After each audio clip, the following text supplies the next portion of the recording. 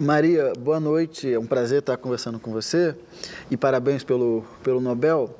Eu vou seguir um pouco na pergunta das colegas, falando das Big Techs. No livro você trata muito disso e como que o algoritmo, né, e os algoritmos dessas plataformas contribuem para a profusão de fake news e como que isso, não só no caso das Filipinas e do Brasil, mas também dos Estados Unidos, por exemplo, contribuíram para o crescimento e até para a eleição de uma extrema-direita.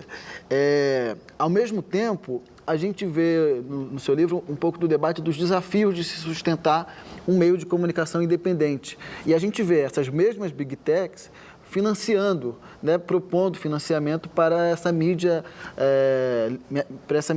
né, independente, com o argumento de que está fortalecendo a imprensa e a democracia. Como é que você vê isso no que diz respeito à qualidade dessa democracia e à autonomia né, dos repórteres, que são financiados por essas mesmas Big Techs que alimentam esses algoritmos?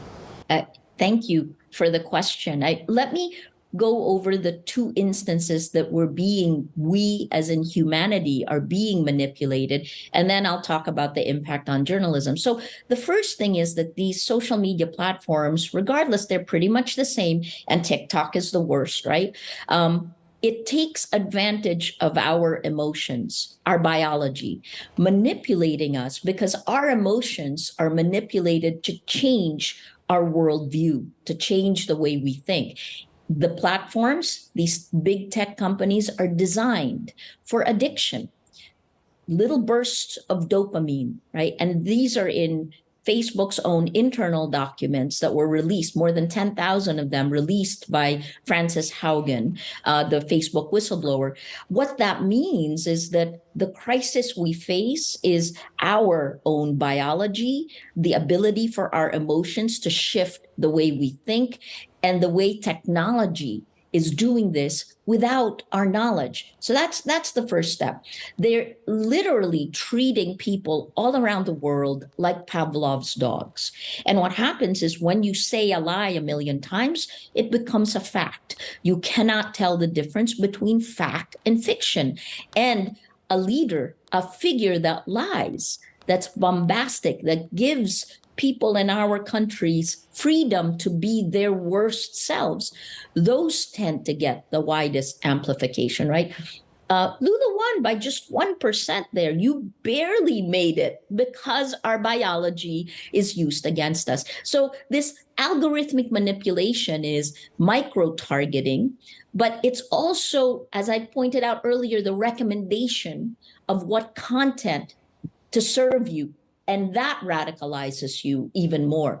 The impact on our next generation, on kids, increased depression, increased instances of suicide. They live shallow lives, and this stops a search for meaning, for learning, right? Okay, so did I paint a horrific picture? This is what we're living in. What is the impact on journalists?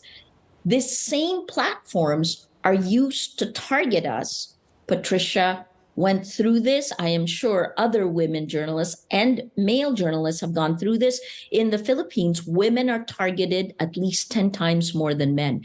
But what they do is, it's part of military doctrine in Russia. They pound a target, whether it's one journalist, they pound you with a lie to literally change the meta-narrative. In my case, the meta-narrative was, I used to be seen as a good journalist in the Philippines, but now in 2016, the Duterte administration and its supporters came out with journalist equals criminal. Maria is a criminal. They pounded that a million times.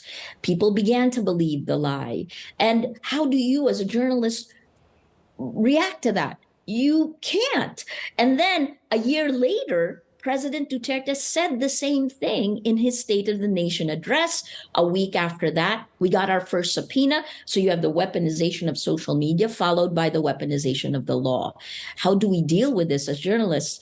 We keep doing our jobs at tremendous risk to ourselves, to our organizations that are bleeding money.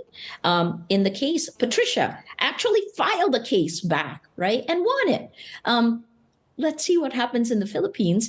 The fear has lifted. There is now with the verdict, kicking out 4 tax evasion cases that could have sent me to prison for 34 years, I again have hope, right?